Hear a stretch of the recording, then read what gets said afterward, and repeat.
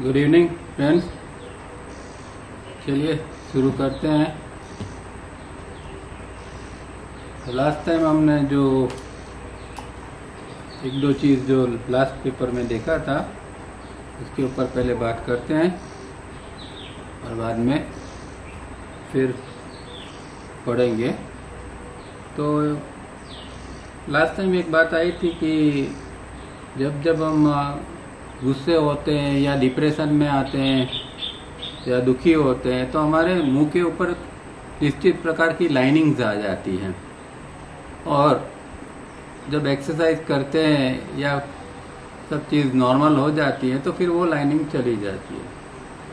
पर इसके अलावा भी एक और प्रकार की लाइनिंग फेस के ऊपर आती है, और उसकी बात तावरिया जी ने कोई एक दूसरे लेक्चर में किया था जब वो कुछ गुरु की बात चल रही थी। तो वो कहते हैं कि जब आप साधना करते हैं तो जैसे जैसे आपकी साधना आगे बढ़ती है तो उसकी भी एक लाइनिंग जो है वो आपके फेस के ऊपर बनती जाती है। और जो कोई आदमी ऐसा कोई जानकार आदमी होता है तो ऐसी व्यक्ति जो है वो जान लेते हैं, आपको जब आपका चेहरा देखती है तो जान लेती है कि आपने कितनी साधना की है। और तावरिया जी तो यहाँ तक कहते थे कि अगर कोई सही गुरु है तो वो तो काफ़ी दूर भी बैठा हुआ है, मतलब नज़दीक नहीं है, काफ़ी दूर है, तब भी वो देख लेता है कि कौन से साधक के चेहरे के ऊपर लाइनिंग आ गई है इस प्रकार साधना की। तो फिर वो आके उसका हाथ पकड़ता है और उसको आगे ले जाता है। तो उस बात में कहने का मतलब ये था कि आपको गुरु को ढूंढने की जरूरत नहीं है। लोग हमेशा कहते हैं कि भाई गुरु किसको करे, हमें तो गुरु करना है, पर आप गुरु किसी को कर नहीं सकते, और करोगे तो बुद्धि से करोगे तो उसका कोई मतलब नहीं है। गुरु जब आपको ढूंढ निकालता है तब काम बनता है। तो हमारा काम तो इतना ही साधना करना है, और साधना करते करते करते जैसे हमारे चेहरे के ऊपर कुछ लाइनिंग बन जाएगी तो जैसा जरूरी होगा इस तरह का कोई गुरु आएगा और हमें आगे का मार्गदर्शन देगा। तो ये बात ध्यान में रखनी है। दूसरी बात हमने जो पढ़ी थी लास्ट पेपर के अंदर वो थी ऑब्जेक्ट ऑफ एक्टिव अवेयरनेस। तो एक्टिव अवेयरनेस को हमें अगर प्राप्त करना है तो उसके कौन से ऑब्जेक्ट है जिसके सेंसेशन को हम महसूस कर सकते हैं और उसके द्वारा हम एक्टिव अवेयरनेस को प्राप्त कर सकते हैं। तो उसके अंदर उन्होंने बताया था कि vision, hearing, taste, smell, pain, equilibrium, temperature and movements, and thus we come out of the lightly hypnotized trance state we call waking। तो इम्पोर्टेंट बात क्या है, यहाँ शब्द है जो raw sensation of object of an active awareness. तो ये जो हमारी इन शॉर्ट 5 इंद्रिया जो है वो 5 इंद्रिय के अपने अपने सेंसेशन है। नाक से हम सूंघते हैं, स्मेल आती है, कान से सुनते हैं, आँख से देखते हैं, त्वचा से हमें स्पर्श का अनुभव होता है, और जीवा से टेस्ट का। तो इसको अगर हम एक हमारी साधना का या ध्यान का अगर एक ऑब्जेक्ट बना सकते हैं तो वो एक साधना का मार्ग बन जाएगा। और दूसरी बात ये है कि जो नॉर्मल कोर्स में हम पैसिव अवेयरनेस से जीते हैं, जो पैसिविटी आ जाती है, तो पैसिविटी तोड़ने का एक ही मार्ग है कि कोई भी एक इंद्रिय की जो सेंसिस जो है उसको पकड़ लो और उसके साथ रहो, तो अपने आप में वर्तमान में आप आ जाओगे। तो एक्टिव अवेयरनेस या वर्तमान में आने के लिए ये सबसे आसान तरीका है कि महसूस करो क्या हो रहा है आजू बाजू। कान खुला है तो कान में क्या आवाज़ पड़ रही है तो वो महसूस करो। आँख से देखते हैं तो वो आप उसको ध्यान से देखो। स्मेल आ रही तो मतलब कि ये 5 इंद्रिया जो है वो अपने आप में ध्यान का विषय बन सकता है। और हर एक व्यक्ति जो होती है उसकी एक पर्टिकुलर इंद्रिय की ओर ज़्यादा उसका थोड़ा ग्रेविटेशन या उसकी रुचि या अटेंशन उसका वहाँ ज़्यादा जाता है। जैसे कि कई लोगों को स्मेल, कोई अच्छी सी जैसे कि अगरबत्ती, धूप कुछ होता है तो उसकी स्मेल से एकदम उनको अंदर एक आनंद आ जाता है और एक थोड़ी देर ध्यान की स्थिति भी बन सकती है उस दौरान। तो ये जो है वो व्यक्ति के लिए सुगंध जो है वो एक साधन बन सकता है। या किसी को सुनने का है तो जैसे कि म्यूजिक है तो म्यूजिक भी एक साधन बन जाता है और म्यूजिक के द्वारा भी व्यक्ति अपने अंदर उतर सकता है। तो इस तरह अलग अलग हमारे जो है ये पांचों इंद्रिया जो है उसको हम हमेशा हमारा ध्यान का ये कर सकते हैं। कई लोगों को प्राकृतिक दर्शन का बहुत ये होता है कि प्रकृति में जाते हैं तो एकदम वो खुश हो जाते हैं। सूर्योदय होता है, सूर्यास्त होता है, कहीं बारिश हो रही है या कुछ फॉल्स होते हैं तो प्राकृतिक जगह में जाते हैं तो भी हमारा मन एकदम उसमें सम्मिलित हो जाता है। तो ये भी एक हमारे लिए एक ध्यान का ऑब्जेक्ट बन सकता है। तो ये चीज़ों के ऊपर ध्यान देने की ज़रूरत है। अगर पैसिविटी को तोड़ना है तो आपको 5 में से कोई भी 1 या 2 या 3 जो है उसके साथ में आप रहने का प्रयत्न करो। बॉडी के सेंसेशन है, बैठे हैं तो बॉडी कैसा है, भारी है, हल्का है, कहाँ कैसा बॉडी में महसूस हो रहा है, तो उसके सेंसेशन लो तो अपने आप में वर्तमान में आप आ जाओगे। पर दिक्कत ये है कि ये थोड़ी देर चलता है, फिर से हमारी जो पैसिविटी जो है वो हमारे पर हमला करती है और फिर से हम वो पैसिविटी में चले जाते हैं। तो बार बार यहाँ इंद्रिय के स्तर के ऊपर हमें आना पड़ता है, नहीं तो पैसिविटी हमें फिर पकड़ के उसके साथ में ले जाएगी। तो ये एक पॉइंट इम्पोर्टेंट है जिसका हम उपयोग कर सकते हैं। अब आगे पढ़ते हैं। जेरोक्स में पेज नंबर 86 और ब्लैक वॉल्यूम में पेज नंबर 315। तो लास्ट में हमने क्या देखा था कि ये अवेयरनेस की प्रैक्टिस किस तरह करनी है। तो स्टेप भी बताए थे तावरिया जी ने कि पहले अपने आप को ऑब्जर्व करो, क्योंकि पूरी बात जो है वो ऑब्जर्वेशन से ही शुरू होती है कि आपको अपने आप को ऑब्जर्व किस तरह करना है। तो पहले लोगों को ऑब्जर्व करो, किस तरह लोग चलते हैं, बात करते हैं, उनके फेसेस किस तरह होते हैं, और सिर्फ उसको ऑब्जर्व करना है, उसको क्रिटिसाइज नहीं करना है, उसकी आलोचना नहीं करना है। फिर अपने आप को इसी तरह ऑब्जर्व करो कि भाई मैं किस तरह क्या कर रहा हूँ। और उसके लिए कहा था कि मिरर भी आप रख सकते हैं। और फिर इस तरह हमारे वो व्यक्ति के बीच में और हमारे बीच में क्या एक कॉमन ट्रेट्स है या कॉमन विशिष्टता है या कॉमन पॉइंट क्या है कि वो जैसे दूसरे लोग बोलते हैं इसी तरह हम बोलते हैं, दूसरे लोग जैसे बोलते समय हाथ हिलाते हैं ऐसे ही हमारा होता है, हमारा भी फेस इसी तरह एक्सप्रेस करता है। तो क्या कॉमन चीज़ है उसको हमें ऑब्जर्व करना है। और फिर इसी तरह जो है वो हम मिरर के सामने बैठ के भी हमारा अपना ऑब्जर्वेशन कर सकते हैं। फिर जो उन्होंने बताया था ये लाइनिंग की बात हुई थी कि जब हम सैड एंग्री हो जाते हैं तो इस तरह की लाइनिंग आ जाती है और लाइनिंग के कारण जो है हमारा वो फेस के ऊपर जो आती है। और उसके लिए उन्होंने 2 एक्सरसाइज बताई थी, रिफाइनिंग नंबर 1 और 2। जब वो करते हैं तो वो थोड़ी देर में लाइनिंग भी चली जाती है। फिर लास्ट पैराग्राफ जो पढ़ा था वो फिर से देख लेते हैं। How and when will you practice this active awareness practice?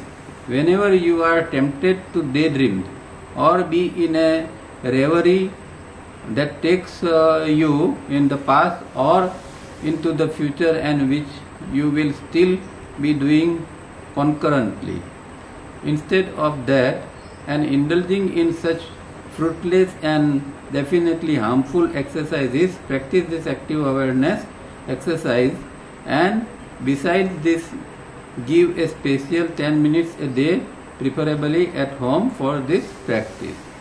तो कहते हैं कि 10 मिनट आप निकालो और आप जब जब भी डे ड्रीमिंग में चले जाते हैं या फिर दिवा सपना की स्थिति अंदर उत्पन्न होती है, मतलब कि पास्ट और फ्यूचर के अंदर आप जब चले जाते हैं, तो उसके बदले में ये जो है एक्टिव अवेयरनेस के साथ जुड़ जाओ, क्योंकि ये सारी क्रिया जो है वो तो फ्रूटलेस है, उसका कोई फल नहीं मिलने वाला है। भूतकाल या भविष्य काल के विचार करते रहेंगे तो उसमें कोई फायदा नहीं है, बल्कि वो हार्मफुल एक्सरसाइज है, उसमें नुकसान हो सकता है। नुकसान इस माने में कि जितने हम डे ड्रीमिंग और ब्रूडिंग में जुड़े रहते हैं, इतनी हमारी एनर्जी ज़्यादा से ज़्यादा वेस्ट हो जाती है। तो इसीलिए बार बार जो महापुरुष होते हैं सब लोग हमें वर्तमान में जीने के लिए प्रेरित करते हैं कि भाई वर्तमान में रहो, और वर्तमान में रहने के लिए ये हमने अभी देखा इस तरह 5 इंद्रियों का सहारा हम ले सकते हैं। अब आगे बढ़ते हैं। How will you do it?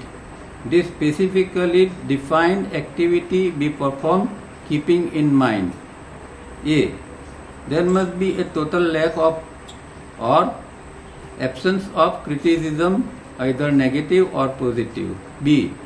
There should be no attempt at first to change because you are now observer, that is during this exercise.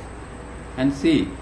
There should be no analysis during this active observation.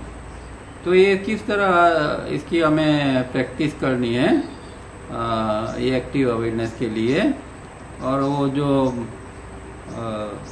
इसकी जो निश्चित रूप से जो लिखी हुई जो क्रिया है स्पेसिफिकली डिफाइंड एक्टिविटी, उसको हमें किस तरह करना है। तो पहली बात तो ये है कि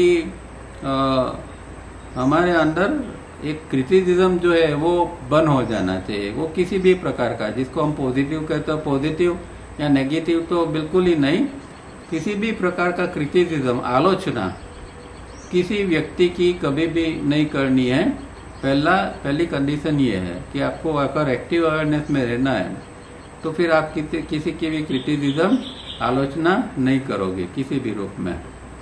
दूसरी बात यह है कि हमें जब हम ऑब्जर्व करते हैं अंदर कि क्या चल रहा है, क्या विचार है, क्या भाव है, उस दौरान उसको चेंज करने का प्रयत्न नहीं करना है।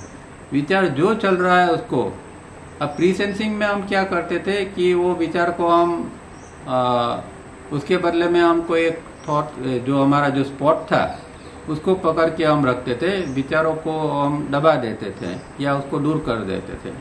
यहाँ ऐसा नहीं करना है, क्योंकि अभी हम ऑब्जर्व कर रहे हैं, एज ए ऑब्जर्वर है, तो जिस तरह जो चीज चल रही है, जिस तरह का विचार आता है, जिस तरह का भाव उठता है, चाहे कोई नेगेटिव भाव है, कोई खराब विचार है, फिर भी उसको बदलना नहीं है, उसको देखना है। क्योंकि अगर आप उसको बदलोगे तो फिर वो चीज चली जाएगी और फिर आपको जो ऑब्जर्व करके जानना है वो आप जान नहीं पाओगे। तो उसको कभी भी चेंज नहीं करना है, देखना है खाली। खास करके ये 10 मिनट घर में बैठ के जब ये प्रैक्टिस करते हैं तब। और तीसरी बात कि इसका एनालिसिस नहीं करना है। जो हम ऑब्जर्वेशन करते हैं उस दौरान कई लोग एनालिसिस में चले जाते हैं। एनालिसिस मतलब विश्लेषण, कि अभी ये अंदर चल रहा है तो इसका मतलब ये हुआ, अब ये मुझे फीलिंग आ रही है तो ये कोई भूतकाल की ये चीज़ का ये कारण हो सकता है। ऐसा जो एनालिसिस करने बैठ जाते हैं तो एनालिसिस नहीं करना है उस दौरान, खाली ऑब्जर्वेशन। ऑब्जर्वेशन का जब हम ये करते हैं, विचारों को ऑब्जर्व करते हैं, तो सिर्फ ऑब्जर्वेशन करना है, उसके अंदर और कुछ भी चीज़ नहीं हमें इंक्लूड करना है। To be aware is not to be thinking. अब कोई चीज के प्रति हम जागृत होते हैं उसका मतलब ये नहीं कि वो चीज के बारे में हम सोच रहे हैं। अवेयर होना एक अलग बात है और विचार करना अलग बात है। तो हाँ, ये हो सकता है कि थिंकिंग के प्रति हम अवेयर हो सकते हैं कि भाई ये विचार चल रहा है, ये विचार चल रहा है, पर इस थिंकिंग कर रहा है इसका मतलब ये नहीं है कि हम अवेयर हो गए हैं, क्योंकि थिंकिंग की प्रोसेस ही ऑलमोस्ट मैकेनिकल प्रोसेस है। उसके अंदर ज़्यादातर तो एक मैकेनिकलनेस ही होती है और पैसिविटी होती है, तो वो अपने आप में ऑटोमेटिक फंक्शन एक रूप में चलता रहता है। अब जब वो पैसिवली चल रही है तो उसके प्रति हमें जागृत हो सकते हैं कि हाँ देखो ये थिंकिंग जो है वो इस तरह का हमारा चल रहा है। We are not engrossed in thinking about the various operations, we only observe them. तो हम उसके अंदर डूबते नहीं है कि भाई विचारों में क्या चल रहा है, कैसी अब अंदर स्थिति है, कुछ दुख आ रहा है, दुख के विचार है, सुख के विचार है, किस चीज़ के विचार है, कुछ अंदर विचार के कारण हम अंदर कोई और पर्टिकुलर टाइप की फीलिंग आती है। ये सारी चीज़ जो है वो हमें नहीं लानी है, हमें खाली ऑब्जर्व ही करना है।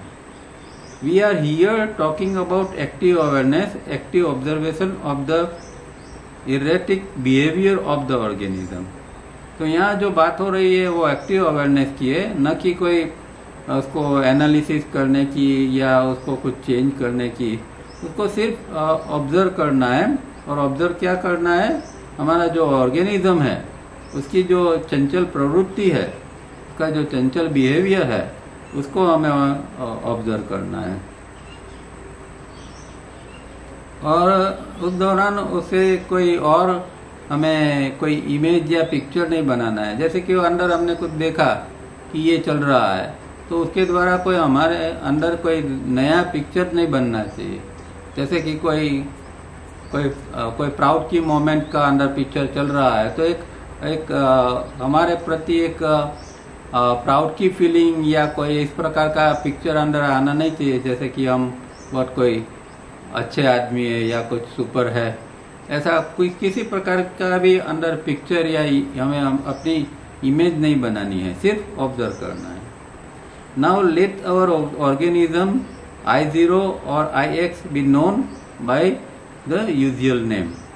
अब हमारा जो ऑर्गेनिज्म है उसको हम किस नाम से जानेंगे, जो I0 जिसको कहते हैं या IX, जो पहले पिछली मीटिंगों के हमने देखा था, खासकर डॉक्टर किंग का जो स्टेटमेंट है उसके अंदर उन्होंने जो ऑर्गेनिज्म जो है लोअर कक्षा का जो ऑर्गेनिज्म होता है तो उसको डॉक्टर किंग I0 कहते हैं। तो अभी हम अपने ऑर्गेनिज्म को I0 या IX कहेंगे। This name does not belong to the self or the being. अब इम्पोर्टेंट बात ये है कि जो हम I0 कहते हैं वो किसको कहते हैं, ऑर्गेनिज्म को कहते हैं, न कि हमारा सेल्फ या बीइंग, जिसको हम आत्म तत्व कहते हैं या जीव कहते हैं, इसको नहीं हम ये नाम दिया है।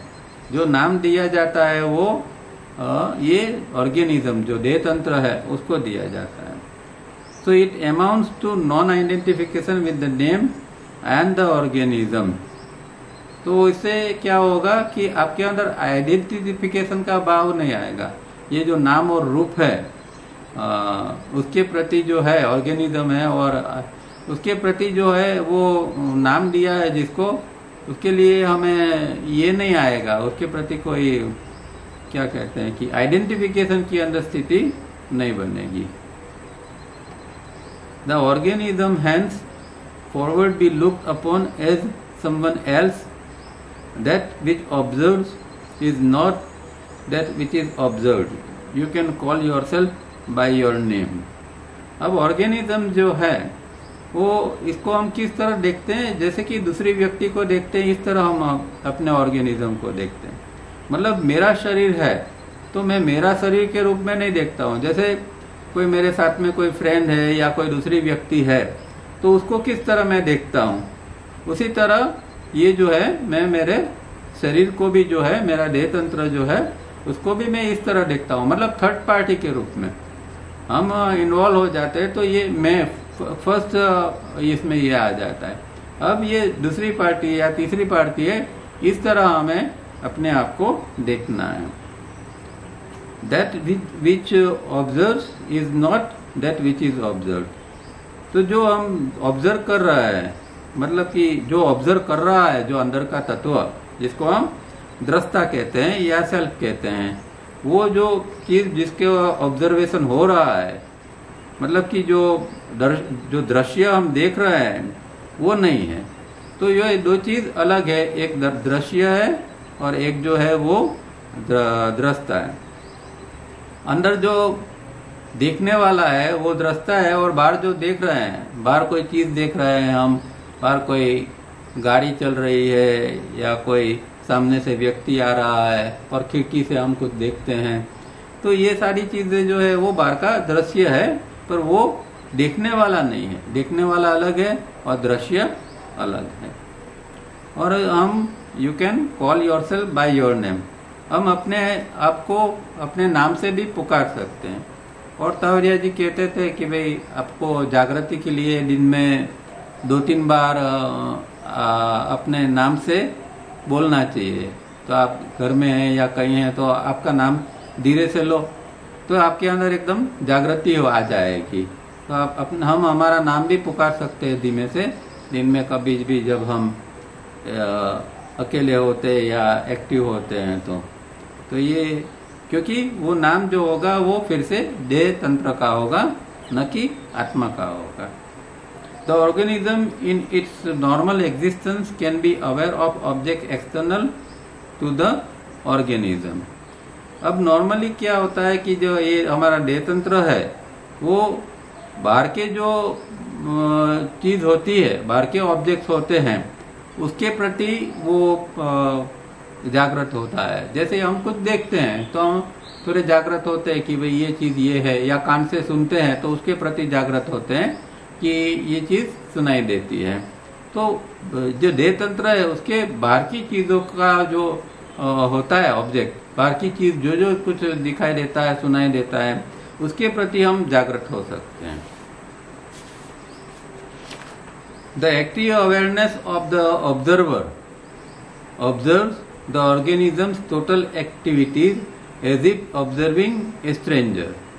अब एक्टिव अवेयरनेस हमारी क्या होती है, ऑब्जर्वर जो होता है उसकी एक्टिव अवेयरनेस किस तरह की होगी कि वो जैसे वो ये अपना देह तंत्र की सारी एक्टिविटी है, क्रियाएं होती है, उसको इस तरह देखेगा कि जैसे कि कोई स्ट्रेंज चीज देख रहा है या कोई अनजान चीज देख रहा है। तो जैसे हम कोई बाहर की चीज को देखते हैं, अनजान चीज को देखते हैं, तो किस तरह देखते हैं, इस तरह हम अभी हमारे जो शरीर की क्रियाएं जो है उसको भी हम इस तरह देखेंगे। शरीर तो हमारा ही है, देह तंत्र हमारा है, उसकी क्रियाएं भी हमारी है।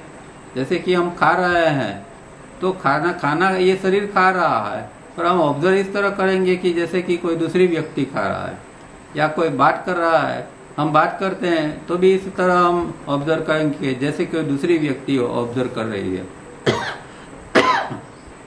तो ये जो एक यहाँ एक प्रयत्न ये होता है कि हम इससे अलग होने का प्रयत्न करते हैं। ये थर्ड पार्टी जब हम इसको थर्ड पार्टी की तरह जब हम ट्रीट करते हैं तो इससे अलग होने का हम प्रयत्न करते हैं। जो अब तक हम आइडेंटिफाई होके ही सब करते थे, वो आइडेंटिफिकेशन से निकलने के लिए ये सारी चीजें इस तरह हमें ऑब्जर्व करनी है अलग रूप से। This active awareness is as different from waking state as waking state is from sleep। तो अलग अलग हमारी देह तंत्र की स्थिति है, एक निद्रा की स्थिति है, फिर निद्रा से हम जागते हैं, और फिर जागने के बाद अगर हम एक्टिव अवेयरनेस में भी आ सकते हैं। तो यहाँ 3 स्थिति की बात की है। एक एक्टिव अवेयरनेस जो है वो जागृति की स्थिति, मतलब शरीर जागा, शरीर का जागने की जो स्थिति है उसे एक्टिव अवेयरनेस की स्थिति अलग है, और जो शरीर जागा उसे शरीर सोया हुआ है उसकी स्थिति अलग होगी। तो एक स्लीप की स्थिति है, फिर शरीर जाग गया, और तीसरी और स्थिति बनेगी एक्टिव अवेयरनेस की, जिसके अंदर मन जाग जाता है, या हम ये सारी चीजों के प्रति जागृत हो जाते हैं। Practice as advised earlier and increase the period of observation with active awareness, like 3-step rhythmic breathing, as and when you think of time, and increasing duration till both are full time। अब जिस तरह आगे जो सूचना दी थी, जो step बताए थे, इस तरह हमें धीरे धीरे करके ऑब्जर्वेशन करते जाना है, और एक्टिव अवेयरनेस को हमें बढ़ाते जाना है। और उसके साथ में खास तो हमें 3 स्टेप रिदमिक ब्रीदिंग भी करना है। तो ऐसा नहीं कि ऑब्जर्वेशन करते तो हम 3 स्टेप बंद कर देते हैं। जब भी आप ऑब्जर्वेशन करते हो तो आपका 3 स्टेप होना बहुत जरूरी है। 10 मिनट के लिए आप शांति से बैठकर भी अगर ऑब्जर्वेशन अपना करते हैं, उसी दौरान भी 3 स्टेप आपका चालू रखो और फिर ऑब्जर्वेशन चालू रखो, और दोनों का टाइम धीरे धीरे बढ़ाओ। 3 स्टेप का टाइम भी बढ़ाओ और ऑब्जर्वेशन का भी टाइम बढ़ाओ। दोनों को फुल टाइम जितना हो सके इतना टाइम देके करो। One replacing the wrong breathing and the other replacing the passive waking state with daydreaming with active state of awareness or mindfulness। तो 2 क्रियाएं हम जब करते हैं, एक करते हैं रिदमिक ब्रीदिंग और दूसरा एक्टिव अवेयरनेस का अभ्यास। तो क्या होगा कि रिदमिक ब्रीदिंग करते हैं तो इसके कारण हमारा जो गलत श्वास का जो हमारी ब्रीदिंग है या पैटर्न है वो चली जाएगी। उसके बदले गलत श्वास के बदले में ये हमारा सही श्वास रिदमिक ब्रीदिंग चालू हो जाएगा। और दूसरी जो पैसिव हमारी स्थिति है, पैसिव अवेयरनेस की स्थिति या पैसिव वेकिंग स्टेट जो है और जिसके अंदर डे ड्रीमिंग होता रहता है, ऐसी स्थिति के बदले में हमारे अंदर active state of awareness, active awareness की स्थिति या माइंडफुलनेस की या जागृति की स्थिति बन जाएगी। This active awareness observation during waking state will bring about a periodic waking state, preventing daydreaming and even suppressing of emotions, the causes that make sleep state a non-periodic sleep state, leading thus to periodic state of sleep। अब यहाँ जो है वो दूसरी बात करते हैं कि जो हमारे जब हम एक्टिव अवेयरनेस से हम जब ऑब्जर्वेशन करते हैं जागृति के दौरान, तब क्या होता है कि बार बार जो है वो हमारे अंदर ये स्थिति बन जाएगी। मतलब कि एक स्थिति ऐसी है कि हम अभी क्या है कि ज्यादातर टाइम हम जो है वो पैसिव अवेयरनेस से ही जीते जाते हैं। अब जब ऑब्जर्वेशन का प्रयत्न करते हैं तो बीच में क्या होगा कि अंदर एक वेकिंग स्टेट बन जाएगा, मतलब एक जागृति की स्थिति बन जाएगी। तो इस तरह धीरे धीरे करके पीरियोडिक, मतलब समय समय पर, ऐसा नहीं कि कंटिन्यूअसली ये एक्टिव अवेयरनेस की स्थिति बनेगी। जो स्थिति बनेगी वो पीरियोडिक बनेगी और फिर से थोड़ी समय के लिए हम पैसिव अवेयरनेस के अंदर चले जाएंगे, फिर से थोड़ी और प्रयत्न होगा तो ये जो है वो वेकिंग स्टेज जो है वो और लंबा हो जाएगा। तो इस तरह जो है जो हमारा जो स्लीप का स्टेट है, स्लीप मतलब बेहोशी, मतलब कि निद्रा की बात नहीं है, पर शरीर जो अभी स्लीप की स्थिति के अंदर है, मतलब कि अंदर एक जो बेहोशी चल रही है, अंदर एक हम डे ड्रीमिंग की स्थिति है, वो जो स्थिति है वो फिर पीरियोडिकली वो भी कम होती जाएगी। मतलब जागृति की, इन शॉर्ट कहने का मतलब यहाँ ये है कि जागृति की स्थिति जो है वो पीरियोडिकली बढ़ती जाएगी और उसके अंदर फिर डे ड्रीमिंग वगैरह जो है वो भी बंद होता जाएगा। हमारा इमोशन जो है उसको भी हम रोक सकेंगे और ये जो स्थिति है उसको हम बढ़ाते जाएंगे। Deliberate muscular relaxation does not cause sleep. अब यहाँ एक टेक्निक भी देते हैं, एक इशारा करते हैं कि अगर आप आपके बॉडी के जो मसल्स है उसको रिलैक्स करना सीख जाते हैं, जब बैठते हैं तो एक रिलैक्स स्थिति के अंदर बैठो, टेंशन के अंदर नहीं। आप और कोई जगह पर है तो हर स्थिति के अंदर अगर आपका बॉडी जो है वो रिलैक्स स्थिति के अंदर रहता है, डेलिबरेटली करना है, मतलब जानबूझकर ये इस तरह की स्थिति, रिलैक्सेशन की स्थिति को लाना है। तो ये जो है जो स्लीप है या जिसको बेहोशी कहते हैं, वो बेहोशी की स्थिति टूटेगी और जागृति की स्थिति ज्यादा रहेगी। मतलब कि मस्कुलर रिलैक्सेशन को भी हमारी जागृति के साथ संबंध है जितनी, क्योंकि जब हम डे ड्रीमिंग में या और स्थिति में बेहोशी में होते हैं तो हमारे मसल स्टिफ हो जाते हैं हम जितना सोचते हैं, आप लोगों को ऑब्जर्व करोगे तो पता चलेगा कि लोग जब सोचते हैं तो उसके बॉडी के मसल जो है टेंस हो जाते हैं। कई लोगों के ये जो होते हैं वो भी एकदम टाइट हो जाते हैं, दूसरे मसल्स टाइट हो जाते हैं, क्योंकि वो ज्यादातर सोचते रहते हैं और सोच के अंदर भी अलग अलग चीजें होती हैं। तो ये एक इम्पोर्टेंट बात है कि अगर हम बॉडी को रिलैक्स रहना सीखते हैं तो हमारी जो है पैसिव अवेयरनेस जो है या स्लीप है वो कम होती जाएगी।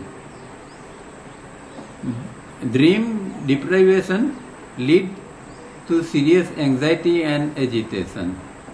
अब जो हम रात को जो निद्रा के दौरान जो हमें ड्रीम्स आते हैं, स्वप्न आते हैं, वो भी जरूरी है। अगर ये स्वप्न नहीं आते हैं तो फिर हमें सीरियस टाइप की चिंता या अंदर एजिटेशन, एक उत्तेजना बनी रहेगी। तो ड्रीम्स जो है एक बहुत काम की चीज है, ड्रीम्स का आना जरूरी है, क्योंकि उसके द्वारा अंदर कुछ जो दबाव है वो दबाव रिलीज अपने आप में, ड्रीम्स के अंदर ही दबाव जो है वो रिलीज हो जाता है। तो ड्रीम्स आना वो अच्छी बात है। The phases of development consciously alone are. अब जो हमारा डेवलपमेंट होगा इसके अंदर जागृति पूर्वक, तो किस प्रकार की उसकी श्रेणी होगी, उसका क्रम क्या होगा। एक पहली बात यह कि stream of thought formation at random non stop and the organism floating in the stream totally engrossed and experiencing passively, that is passive awareness. The creation of I as doer. तो पहली स्थिति क्या है हमारे अंदर की डेवलपमेंट के अंदर, जब कोई डेवलपमेंट नहीं है, अभी की एक सामान्य व्यक्ति है, तो इसकी स्थिति क्या है कि जो विचारों जो चल रहा है और उसका जो प्रवाह है, जो प्रवाह रैंडम चल रहा है, बिना क्रम चल रहा है और नॉन स्टॉप चल रहा है, रुकता ही नहीं है, इस तरह का जो ये प्रवाह चल रहा है और उसके अंदर हमारा जो ऑर्गेनिज्म है वो फ्लोट कर रहा है, उसके अंदर वो तैर रहा है जिस तरह की वो, और उसके अंदर एनग्रोस हो जाता है, डूब जाता है, जैसे उसके अंदर ही टोटली वो रहता है। इस प्रकार की जो स्थिति है उसको पैसिव अवेयरनेस कहते हैं। तो पैसिव अवेयरनेस के अंदर क्या चीज है ये समझ लेना कि थॉट फॉर्मेशन है, उसका एक प्रवाह है, विचार चल रहे हैं और विचार का प्रवाह चल रहा है और बिना क्रम का विचार चल रहा है और नॉन स्टॉप चल रहे हैं, और उसके अंदर हम बहते ही जाते हैं, हमें हमारा होश नहीं है, हम कहाँ बैठे हैं, हम क्या कर रहे हैं, वो कोई होश नहीं है, और विचारों के अंदर खोए हैं, डूबे हुए हैं, विचार चल रहे हैं। ऐसी स्थिति है, उसको हम पैसिव अवेयरनेस कहेंगे। और उसके अंदर जो हमारा जो क्रिएशन जो है वो आई एज ए डूअर, तो हमारा आई जो है, जो अंदर मैंपना है, वो एक डूअर के रूप में, एक कर्ता भाव में एक ये क्रिएशन अंदर है। अब दूसरी स्थिति, ये पहली स्थिति हो गई। अब थोड़ी उससे बेहतर स्थिति क्या हो सकती है वो बताता है। Observe standing on the bank of the stream of thought formation at random non stop and observing with active awareness और mindfulness both the stream and the organisms erratic behavior while floating in the stream. The creation of I as doer. अब ये दूसरी स्थिति है जो जो पहली स्थिति है उससे अच्छी है, क्योंकि पहली स्थिति के अंदर तो पैसिव अवेयरनेस है और कुछ वो व्यक्ति कुछ जानता ही नहीं है, खोया है, विचारों के अंदर डूबा हुआ है, ऐसी स्थिति में। अब दूसरी स्थिति में क्या होता है कि जो ऑब्जर्वर होता है वो एक standing on the bank of the stream, तो ये विचारों का प्रवाह चल रहा है, उसके किनारे खड़ा रहकर देख रहा है। जैसे कि हम समंदर में लहरें उठती है तो उसके किनारे खड़े रहकर देखते हैं कि ये लहर आई, ये दूसरी लहर आई, ये तीसरी लहर आई। इसी तरह जो हमारा ऑब्जर्वर है वो ये इस तरह का जो विचार जो हमारे अंदर चल रहा है नॉन स्टॉप रैंडम, उसको वो जरा उससे दूर रह के उसको देखता है, उसके फ्लो में स्ट्रीम के अंदर अब बह नहीं जाता है, उसको वो देखता है, और वो स्थिति जो बनती है वो एक्टिव अवेयरनेस की स्थिति बनती है, या माइंडफुलनेस की स्थिति बनती है कि जिसके अंदर वो स्ट्रीम को भी देखता है और जो ऑर्गेनिज्म का जो ये चंचल प्रवृत्ति जो है ऑर्गेनिज्म की, ये दोनों को वो देखता रहता है। तो ये स्थिति, अब आप समझ सकोगे कि पहली स्थिति और दूसरी स्थिति में क्या अंतर है। अब दूसरी स्थिति में अब ऑब्जर्वर आ गया है और ये अंदर जो चल रहा है उसको वो देख रहा है और वो खुद अब उसमें नहीं फंसता है, उसमें नहीं डूब जाता है। वो ये विचार की प्रक्रिया चल रही है उसको भी देखता है और वो शरीर की जो स्थिति है उसको भी देखता है। तो ऑब्जर्व किस तरह करना चाहिए ये अब यहाँ हम सीख सकते हैं कि जब हम ऑब्जर्व करेंगे तो हमारी शरीर की स्थिति क्या है उसका भी हम ये करेंगे। शरीर की प्रवृत्ति क्या है, मानो कि चल रहा है तो किस तरह चल रहा है उसका भी ध्यान है, और विचारों की प्रक्रिया अंदर क्या चल रही है उसके प्रति भी हमारा ध्यान है। ये एक एक्टिव अवेयरनेस की स्थिति है। तो ये हो गया थोड़ा डेवलपमेंट। अब तीसरा, इससे ऊपर का और डेवलपमेंट की बात करते हैं। Organism now joining the observer and observing the stream of thought processes at random and non stop with the help of the individual mind. Slowly the I melt away and also the thought of doer. अब देखो ये तीसरी स्थिति जो है वो इससे भी ऊंची स्थिति है कि अब जो पहले तो खाली एक ऑब्जर्वर था वो ऑब्जर्व कर रहा था, वो ऑर्गेनिज्म को भी ऑब्जर्व कर रहा था। अब क्या है, यहाँ ऑर्गेनिज्म भी अपने आप में ऑब्जर्व करने के लिए आ गया। तो ऑब्जर्वर है और ऑर्गेनिज्म है, मतलब देह तंत्र भी ऑब्जर्वेशन में आ गया है और अंदर जो ऑब्जर्वर बैठा है वो भी ऑब्जर्व कर रहा है और वो दोनों मिलके ये जो थॉट प्रोसेस जो चल रही है अंदर नॉन स्टॉप रैंडम जो चल रही है वो उसको देखते हैं। और उसमें किसकी मदद लेते हैं, इंडिविजुअल माइंड की, मतलब चित्त की। तो चित्त के द्वारा ये ऑब्जर्वेशन अंदर हो रहा है और ऑर्गेनिज्म जो है वो भी उसके अंदर वो भी सपोर्ट कर रहा है उसके अंदर। तो यहाँ क्या होता है कि अब जो इंडिविजुअल आई होता है वो मेल्ट हो जाता है, वो धीरे धीरे पिघलने लगता है। जो पहले जो करता था डूअर था वो नहीं, अब वो डूअर नहीं रहा, वहाँ जो है वो आई मेल्ट होता जाता है और जो थॉट की प्रक्रिया जो है वो भी जो है वो धीरे धीरे करके थॉट प्रोसेस भी जो है वो विचार का कर्ता जो है वो भी शांत हो जाता है। वहाँ कोई पर्टिकुलर कर्ता वहाँ नहीं रहता है, तो वो भी मेल्ट अवे हो जाता है। अब चौथी स्थिति, इन्फिनाइट माइंड चित्ती of which the individual mind is a part and parcel encompassing 1, 2 and 3 for it can encompass the whole universe. अब ऊपर की जो स्थिति है उसको कौन किस चीज के अंदर ये सारी चीजें आ जाती है।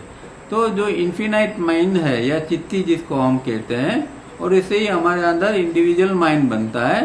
वो इंडिविजुअल माइंड जो है वो चित्ती का पार्ट एंड पार्सल है।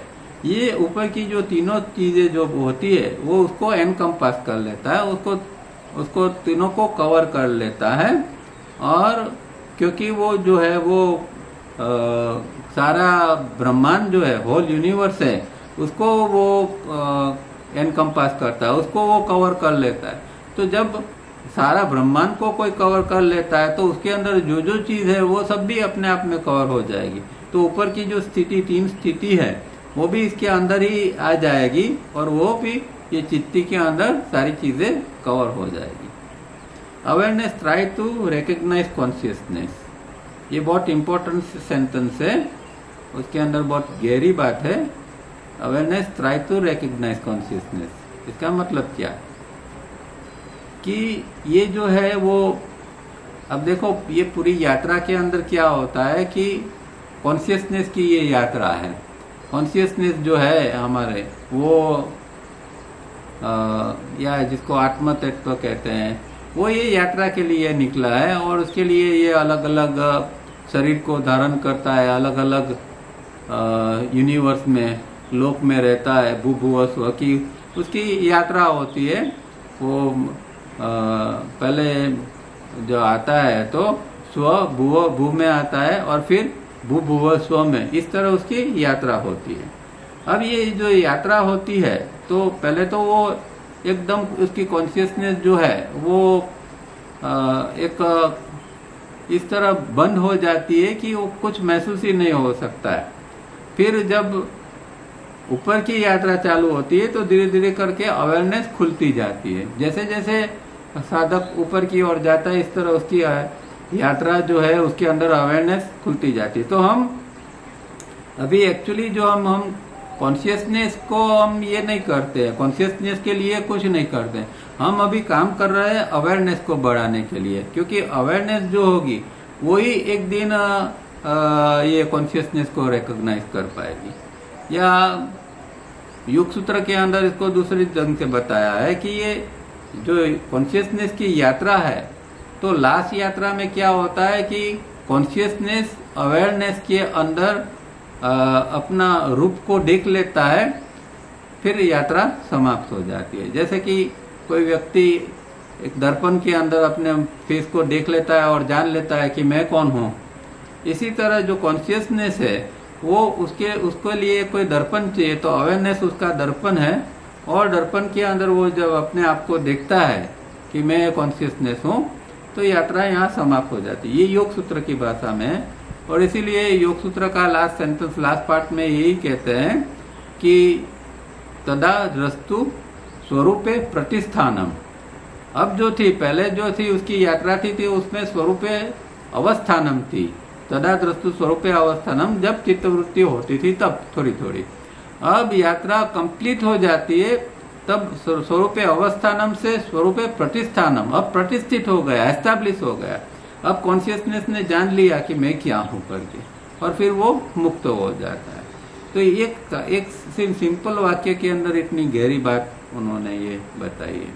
तो ये पूरी यात्रा है, कॉन्शियसनेस को एक दिन अवेयरनेस के अंदर अपना रूप को देख लेना है और मुक्त हो जाना है, और इसीलिए अवेयरनेस को हमें बढ़ाते जाना है। Can anyone describe this infinite mind, Chitti? It has no form, no color, no texture, no sound, no inside and no outside of its own, but can only take up whatever your processes can superimpose on it. अब ये कैसी है, चित्ती कैसी है? क्या कोई उसको कोई डिस्क्राइब कर सकता है, उसका कोई वर्णन कर सकता है क्या? तो क्योंकि उसका तो कोई कलर ही नहीं उसका रूप है, न फॉर्म है, न कलर है, न उसका कोई टेक्सचर है, न उसका कोई आवाज है, न उसका कोई बाह्य है, न उसका बाह्य या अंदर ऐसा कुछ उसका है नहीं। तो ऐसी चीज को किस तरह हम देख के कहेंगे? पर उसकी एक खासियत ये है कि जो प्रोसेस हो जाती है उसके अंदर वो अपने आप को सुपर इम्पोज कर देता है, अपने आप को ठोप देता है। जैसे कि पानी होता है तो पानी का कोई शेप नहीं होता है, पानी का कोई अपने आप में शेप है ही नहीं। पर जिस आप मानो कि ग्लास के अंदर पानी को डालते हैं तो पानी का शेप जो है वो ग्लास जैसा हो जाएगा। अगर आप पानी को बड़े कोई बर्तन के अंदर या बाल्टी में डालते हैं तो वो पानी बाल्टी का शेप का हो जाएगा। तो ये चित्ती भी ऐसा है कि जो हमारी थिंकिंग प्रोसेस या और जो प्रोसेसेस चल रही है उसके अंदर वो सुपर इम्पोज रूप में है, पर वो अपने आप में उसका कोई रूप कलर कुछ भी नहीं है। It is therefore called emptiness और क्रिस्टल और नथिंगनेस। इसीलिए उसको क्या कहते हैं कि एम्प्टीनेस, वो खाली है, कुछ है ही नहीं उसके अंदर, या वो क्रिस्टल जिसको कहते हैं ना स्फटिक, या फिर नथिंगनेस, कुछ भी न होना। सो दिस एम्प्टीनेस और nothingness hold, that is contains everything, all phenomenal forms and their processes of all beings, that is everything imaginable arises in it and everything passes away in it, all is transitory in comparison to it. तो ये जो emptiness है या nothingness है वो क्या धारण करती है, किसको पकड़ती है कि जो जो चीज जो है, जो जो जिसका जो कंटेंट जो है, हर चीज का जो कंटेंट है उसको वो पकड़ लेती है। जैसे हमने देखा ऊपर की ओर, तो जो कोई भी प्रोसेस हमारी चल रही है उसको वो धारण करती है और उस किस तरह का वो रूप ले लेती है। और या फिर कोई फेनोमिनल फॉर्म्स है, कोई सांसारिक रूप है, या किसी प्रकार की प्रक्रिया अंदर चल रही है जिसका हम इमेज कर सकते हैं, जिसकी कल्पना कर सकते हैं, ऐसी सारी चीजें जो है वो, और जो चीज उत्पन्न होती है और फिर सब कुछ वो पास अवे हो जाता है, फिर से खत्म हो जाता है, मतलब उदय होता है और उसका फिर लय हो जाता है। ऐसी सारी जो प्रक्रिया जो है वो ये एम्प्टीनेस और नथिंगनेस के अंदर आती है। वो एम्प्टीनेस उसको होल्ड करता है, उसको पजेस करता है। All is transitory in comparison to it. तो दूसरा सब कुछ जो है वो ट्रांजिटरी है, अनित्य है। उसकी कंपैरिजन के अंदर ये जो एम्प्टीनेस और नथिंगनेस है, उसकी कंपैरिजन के अंदर सब कुछ अनित्य है। Whatever is the inherent nature and structure of this emptiness is nature and structure of all the being, and so this emptiness is our own inherent structure and nature and design, and this inherent design is also based on this nature and structure. अब जो ये emptiness का जो एक अपना जो स्वरूप है, उसकी प्रकृति है या उसका स्ट्रक्चर, उसकी जो संरचना है, और जो हम जो बीइंग्स है उसका जो स्ट्रक्चर जो है वो, ये दोनों का स्ट्रक्चर का कुछ चीज कॉमन है, क्योंकि चिट्ठी जो है वही हमारे अंदर आती है। तो ये एक जो इनहेरेंट नेचर और स्ट्रक्चर जो है वही हमारे अंदर भी इस तरह का इनहेरेंट और स्ट्रक्चर और उसकी एक डिजाइन हमारे अंदर भी बनी होती है। वही वो चीज जो है वो जो चिट्ठी का प्रकृति का जो ये सारी चीजें है वो हमारे अंदर आती है। ये यहाँ वो एम्प्टीनेस का पार्ट है, तो वो चीज हमारे अंदर भी है, ये यहाँ कहना चाहते हैं। Basically all beings are thus blessed. तो इसीलिए हर जीव जो है वो इसी तरह आशीर्वाद है। और वो हर जीव मतलब we are talking only of all human being however ancient and primitive. तो जीव मतलब कि जो व्यक्ति जो है, जिसका जो ह्यूमन फॉर्म के अंदर है, चाहे वो कितना भी वो आदि मानव हो, पुराना हो, पहले का हो, जिसने भी जीवन धारण किया, ये शरीर धारण किया, क्योंकि शरीर धारण किया इसका मतलब ही है कि इसके अंदर आत्म तत्व है। चाहे वो व्यक्ति कितना भी निकम्मा हो, जिसको हम क्रिमिनल कहें, जिसको वो बुरा आदमी हो, जिसको हम जो कहें, वो फिर भी एक चीज है कि इसके अंदर आत्म तत्व तो है। और इसीलिए वो आदमी भी जिसको हम नहीं मानते हैं, ऐसी व्यक्ति भी ब्लेस्ड है, उसके ऊपर भी एक आशीर्वाद है भगवान का, क्योंकि ये सारी चीजें जो है, जो इनहेरेंट जो डिजाइन है, वो व्यक्ति के अंदर भी है। जो प्रकृति के अंदर जो इनहेरेंट स्ट्रक्चर और डिजाइन है, वो ऐसी हर व्यक्ति के अंदर, चाहे वो किसी भी प्रकार की व्यक्ति हो, वो सबके अंदर है। और इसीलिए उस माने में हम सब ब्लेस्ड है, हम सब का आशीर्वाद जैसे मिला है, इस तरह के हम हैं। Some call it Buddha or Christ nature, and so to talk of searching or finding our Buddha or Christ nature is senseless, for it has been with us always. We have noted this also in our earlier meeting. तो ये जो हमारा जो inherent structure जो है, inherent design जो है, वो जो मूलभूत जो हमारी प्रकृति है, वो तो हमारे साथ में है ही, पहले से ही है। और उसको कई लोग बुद्धा का नेचर या क्राइस्ट का नेचर कहते हैं और उसको ढूंढने के लिए बात करते हैं। पर ये तो सेंसलेस बात है, उसका कोई मतलब नहीं है, क्योंकि वो हमारे साथ पहले से ही है। जो चीज है उसको कहाँ ढूंढने जाओगे और क्यों ढूंढने जाएंगे, वो चीज तो है ही हमारे अंदर। हाँ, छुपी हुई है, जरा दबी हुई है, बस बात इतना ही है। पर ये चीज हम लेके ही आए हैं, इनहेरेंट डिजाइन जो नेचर के अंदर है वो, चिट्ठी के अंदर है वो। But there are and can be obstacles और veils hiding this inherent nature from our vision and so making our inherent design obscure to us. तो यही बात है कि ये एक जो इनहेरेंट डिजाइन जो है हमारी, वो थोड़ी छुपी हुई है, वेल मतलब पर्दे के पीछे आ गई है, और ये एक अंतराय है इसका कि जिसके कारण हम इसको देख नहीं सकते। बाकी ये चीज जो है इनहेरेंट डिजाइन तो हमारे अंदर, सबके अंदर पड़ी हुई है, पर वो ऑब्स्क्योर हो गई है, छुप गई है अंदर। तो उसको हमें निकालना पड़ेगा, उसको जागृत करना पड़ेगा। All we have to do is to remove this veil or cloud and for sure our inherent nature will be there. तो ये पर्दे के पीछे तो है ही, या बादल के पीछे है, और जब ये चीज को निकाल देंगे, ये पर्दा उठ जाएगा, तो इसके पीछे ये हमें अपना जो मूलभूत स्वरूप है वो दिखाई देगा। इनहेरेंट नेचर, मूलभूत स्वरूप।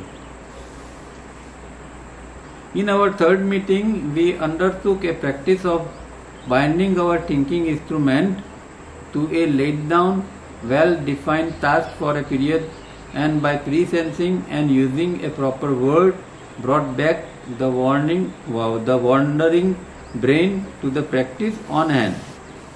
तो तीसरी मीटिंग के अंदर ये प्री सेंसिंग के बारे में उन्होंने बात की थी कि जिसके अंदर हम एक पर्टिकुलर टास्क देते हैं अपने ब्रेन को कि भाई तुम्हें ये स्पॉट जो है उसको देखते रहना है और उसके ऊपर टिके रहना है, और उसको अगर वो भागता है तो उसको किस तरह कुछ शब्द का प्रयोग करके या चीज को हम ऑब्जर्व करके वापिस उसको अपने काम के ऊपर लगा देते हैं।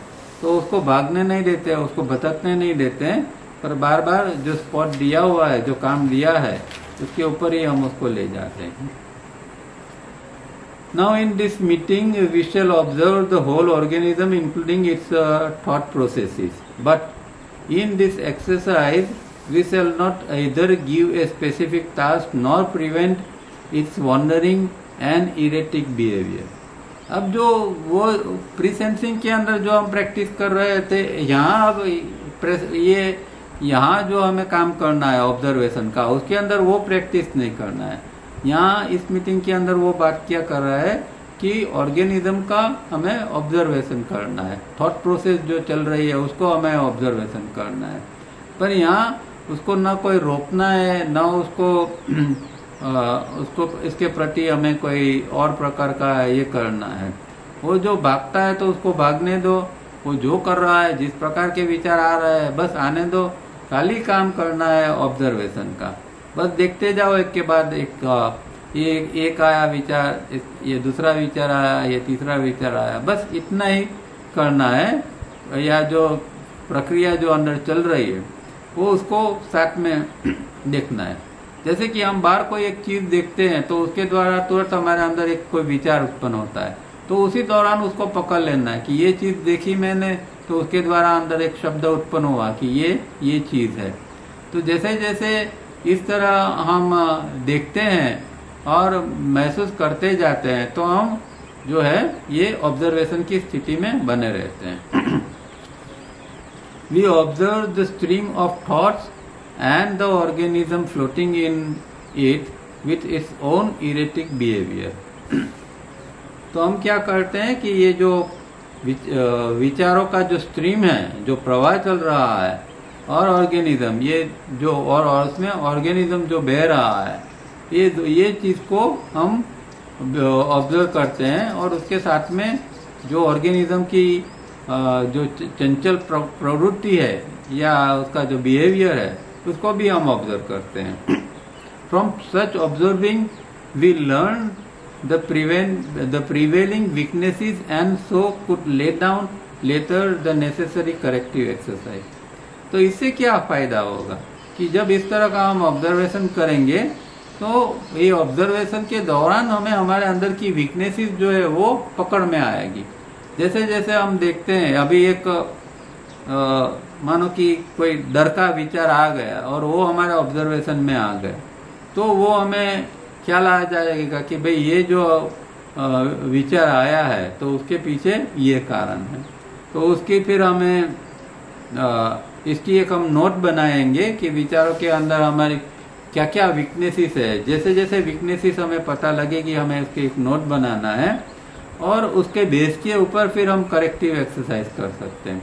करेक्टिव ऐसे डायरेक्ट करने जाओगे तो क्या होगा कि सही वीकनेस क्या है वो पता नहीं चलेगा, क्योंकि नॉर्मली क्या होता है कि हम जो ऊपर ऊपर की वीकनेस है उसको तो जल्दी जान जाते हैं, पर उसके पीछे, ये वीकनेस के पीछे भी कोई और वीकनेस होती है और वो कारण होता है, वो हमारे ध्यान में नहीं आता है, पर जब ऑब्जर्वेशन हम करते हैं तो आता है।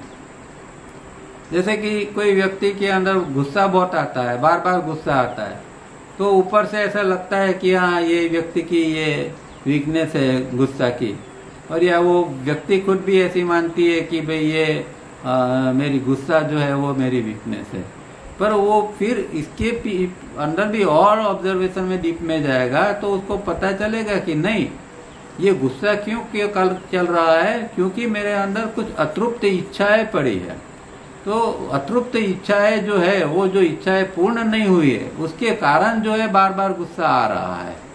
ठीक है, तो ये फिर करेक्टिव करने, ये ऑब्जर्वेशन इतना गहरा करने के बाद पहले बाहर की वीकनेस और उसके बाद में अंदर की वीकनेस जो है वो फिर समझ में आती है, और उसके बाद में फिर आप करेक्टिव एक्सरसाइज करोगे तो फिर और फायदा होगा आपको। Remember, neurological phenomena could never constitute experience except for his or her passive registration of them। तो न्यूरोलॉजिकल फेनोमिना जो तांत्रिक कामगिरी होती है, ज्ञान तंत्र की जो कामगिरी होती है, उससे एक्सपीरियंस नहीं बनता है, सिवाय कि वो जो है उसका कुछ रजिस्ट्रेशन अंदर हो जाता है। क्योंकि हम जानते हैं कि जब भी कोई चीज बनती है तो उसका अगर फ्रंट ब्रेन के अंदर रजिस्ट्रेशन नहीं होता है तब तक वो एक्सपीरियंस नहीं कहलाता है। विचार अंदर पैसिवली चल रहा है पर वो रजिस्टर्ड नहीं होते हैं तो उसका कोई ये नहीं, ये एक्सपीरियंस नहीं है। तो ये न्यूरोलॉजिकल जो कामगिरी चल रही है हमारे अंदर, वो अपने आप में एक्सपीरियंस नहीं है, पर जब उसका रजिस्ट्रेशन कुछ वहाँ होता है फ्रंट ब्रेन के अंदर रजिस्ट्रेशन एरिया में, तो उसको एक्सपीरियंस कह सकते हैं। In case of so called control, it happens that one sub division of the mechanism does control the other automatically and is projected by the passive experiencer upon himself। अब क्या होता है कि अंदर जो चीजें चल रही है तो कई बार एक चीज उठी तो उसको कोई दूसरी चीज ऑटोमेटिकली कंट्रोल कर लेती है, और ये चीज जो होती है वो अपने आप में होती है, और ये अगर हम ऑब्जर्वेशन करेंगे तभी ये चीजें को हम समझ पाएंगे। ठीक है, तो यहाँ रुकते हैं, बाद में फिर क्योंकि अभी एक पूरा पेज पढ़ना बाकी है तो आज तो नहीं हो पाएगा, नेक्स्ट टाइम फिर से इसको लेंगे और फिर दूसरी मीटिंग नेक्स्ट टाइम देंगे। तो आज बहुत अच्छी अच्छी बातें हमने देखी, खास करके अंदर ऑब्जर्वर क्या है, ऑब्जर्वेशन किस तरह करना है, और सबसे इम्पोर्टेंट बात ये है कि जो एक्टिव अवेयरनेस को किस तरह लाया जाए, क्योंकि हमारा पूरा जीवन जो है वो पैसिव अवेयरनेस से विचारों में ही चला जाता है, हम डूबे रहते हैं, खोए रहते हैं। तो उसके सिवाय हम एक्टिव अवेयरनेस से किस तरह जिए, ये पेपर बहुत इम्पोर्टेंट है, जिसको साधना करनी है या जो एक्टिव अवेयरनेस से जीना है, जागृति को लाना है। क्योंकि जागृति के बारे में हम बहुत कुछ सुनते हैं, बहुत सारे लेक्चर सब कुछ अवेलेबल होता है, पर जो बेसिक काम की चीज कोई नहीं बताता है कि किस तरह स्टेप बाय स्टेप हमें आगे बढ़ना है। तो इस माने में ये पेपर बहुत इम्पोर्टेंट है। यहाँ रुकते हैं, किसी को कोई प्रश्न है तो पूछ सकते हैं। हाँ जी बोलिए। आ रहा है, हाँ, और आने से पहले हम देख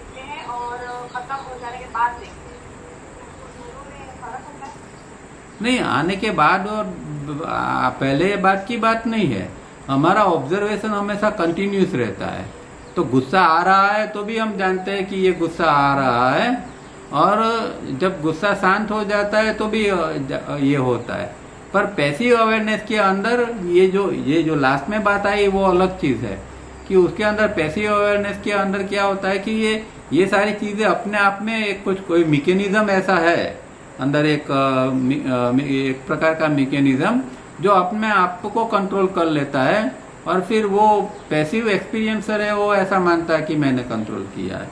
जब हम साधना की बात करते हैं या ऑब्जर्वेशन की बात करते हैं, उसमें तो हमें कंटिन्यूअस ऑब्जर्व करना है। अगर गुस्सा आ रहा है तो गुस्सा आ रहा है, उसको हम नहीं कुछ करते, न बदलते हैं, न दबाते हैं, कुछ नहीं करते, और वो अपने आप में शांत भी होता जाता है, तो भी देखते हैं कि अभी वो शांत हो रहा है। इस तरह ऑब्जर्व करना है। ठीक है? हाँ, गुड इवनिंग सर। हाँ, गुड इवनिंग राजू भाई, बोलो। दो सवाल। हाँ, दो प्रश्न है मेरे। हाँ, एक तो है ये आपका जो स्टेटमेंट आपने कहा बहुत इम्पोर्टेंट है, जागृति चैतन्य को पहचानने की कोशिश कर रहा है। तो ये जागृति में अपने डिवाइन फ्रेगमेंट है और चैतन्य में होलनेस है। नहीं, चैतन्य जो है वो कॉन्शियसनेस है, वो हमारा आत्म तत्व है, और जागृति है वो चित्ती है। तो चित्ती के अंदर हमारा जो कॉन्शियसनेस है या चैतन्य है वो उसको देखता है, क्योंकि यात्रा कौन कर रहा है? चैतन्य कर रहा है ना। चैतन्य अंदर आया ना, कॉन्शियसनेस ये बॉडी ब्रेन सिस्टम के अंदर आ गया। हाँ, तो डिवाइन फ्रेगनेंस चैतन्य जो है यात्रा के लिए अंदर आया, वो अंदर आया, और उसको फिर अपने आप को पहचानना है। तो कैसे पहचानेंगे? जैसे कि एक दर्पण का हमने ये दिया ना कि भाई हम दर्पण में देखते हैं, कोई आदमी दर्पण में देखता है और वो अपने आप को पहचान लेता है। इसी तरह ये कॉन्शियसनेस है, वो लास्ट में अवेयरनेस, या अवेयरनेस तो शब्द है, हकीकत है वो चित्ती है, क्योंकि अवेयरनेस किसकी है? चित्ती की है। तो वो चित्ती के अंदर अपना रूप देख लेता है, और वो जान जाता है कि मैं तो कॉन्शियसनेस हूँ। वैसे तो वो जानता है, पर यहाँ इस तरह वो रूपक में वो कॉन्शियसनेस एक प्रगत रूप में आती है, और उसको वो प्रतिष्ठा की स्थिति कहते हैं। तदुद्रष्टा स्वरूपे प्रतिष्ठानम। तो यहाँ प्रतिष्ठित हो गया, अभी ये उसने देख लिया वो स्थिति। तो मतलब कि ये डिवाइन कॉन्शियसनेस जो है, डिवाइन सेगमेंट है, हाँ, वो चित्ती को देख रहा है, ऐसा हुआ? चित्ती के अंदर अपना रूप को देख रहा है, चित्ती को नहीं देखना है। चित्ती को क्या देख के करेगा? चित्ती के अंदर पानी है, तो पानी के अंदर आप देखते हैं, तो आप पानी को नहीं देखते, आप अपने रूप को देखते हैं पानी के अंदर। समझे?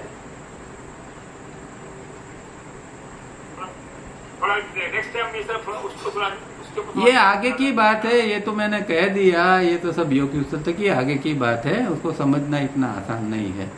ये योग सूत्र की अंत की बात है। हाँ, दूसरा सवाल का प्रश्न मेरा ये है, हाँ, कि ये प्रीसेंसिंग जो है, हाँ, सर ये तो थोड़ा करना थोड़ा मुश्किल पड़ रहा है। हाँ, हाँ, थोड़ा मुश्किल है। तो मैं ऐसा सोचा कि प्रीसेंसिंग से 3 स्टेप करना थोड़ा आसान रहता है। हाँ, तो ये हम कर रहे हैं, क्योंकि प्रीसेंसिंग करने के लिए बहुत तकलीफ। नहीं, आप 3 स्टेप के साथ साथ में प्री सेंसिंग करो। सिर्फ प्री सेंसिंग मत करो, 3 स्टेप का म्यूजिक भी चालू रखो, और फिर एक कोई स्पॉट को जैसे प्री सेंसिंग में जो स्पॉट बताया, इस तरह स्पॉट के ऊपर जाओ, और वो प्रयत्न तो करना पड़ेगा। मुश्किल लगता है तो ये बात नहीं है, क्योंकि मुश्किल तो ये लगेगा, क्योंकि ये उसका भटकने का स्वभाव है। वो दिमाग एक सेकंड भी टिकने वाला नहीं है। वो मुश्किल इसलिए क्योंकि वो टिकता नहीं है, पर जैसे जैसे आप देखना शुरू करोगे तो कुछ दिनों के बाद वो टिकेगा ना, तब फिर आपको थोड़ा थोड़ा इंटरेस्ट पड़ेगा। तो 3 स्टेप उसका बेस के अंदर रखो, ताकि आपको थोड़ा सपोर्ट मिले। 3 स्टेप भी करो, और फिर वो अंदर का टच जो है, वो जो स्पॉट है उसके ऊपर क्या कहाँ टच होता है उसको भी देखो, और उसके साथ में जब माइंड भटकने जाता है तो उसको पकड़ के वापिस ला दो कि देखो ये चला गया, उसको वापिस लाओ। ये तो करना ही पड़ेगा। नहीं, अगर ये नहीं होगा तो आप गायत्री कैसे करोगे? तो गायत्री में भी तो यही बात होती है कि गायत्री करने बैठते हो और वो तो भटकने चला जाता है, तो गायत्री होगी कहाँ? तो पहला तो ये बात तो सीखना ही पड़ेगा कि इसको भटकना इसका किस तरह बंद हो और उसका जो सब्जेक्ट है उसके ऊपर वो टिका रहा है, ये तो करना ही पड़ेगा। चाहे ये प्री सेंसिंग के करो या गायत्री से करो या कोई और मेथड से करो, पर इसके बिना कोई there is no other way. उसको करने इसको लाना ही पड़ेगा इस तरह कंट्रोल में। हाँ, प्री सेंसिंग करने जो मेथड जो है प्री सेंसिंग की, कि जैसे हमने जो श्वास लिया अंदर और वो कहाँ टच होता है, हाँ, वो उसकी भी बात करते नहीं, पर पर्पस क्या है वो देखो, वो कहाँ टच हो रहा है ये नहीं, पर्पस क्या है कि दिमाग जो भटक रहा है उसको हमें पकड़ना है और एक टास्क के ऊपर ला देना है। तो ये एक मेथड है कि जिसके अंदर हम इस तरह उसको करते हैं कि श्वास के द्वारा उसको कंट्रोल करने का प्रयत्न करते हैं। तो प्री सेंसिंग की मेथड का सवाल नहीं है, ये जो भटकने का है वो सवाल है। और प्री सेंसिंग मेथड है जिसके द्वारा हम इसको इस तरह कंट्रोल करने का प्रयत्न करते हैं। तो ये एक लर्निंग प्रोसेस है, हम इस तरह इसको सीखते हैं। ये तो करना ही पड़ेगा। ठीक है, और किसी को कोई प्रश्न है? चलिए तो यहाँ खत्म करते हैं, नेक्स्ट टाइम और पढ़ेंगे जानेंगे। पर ये एक्टिव अवेयरनेस के ऊपर काफी आप जरा भार दो, समझने का प्रयत्न करो। ठीक है, चलिए, थैंक यू।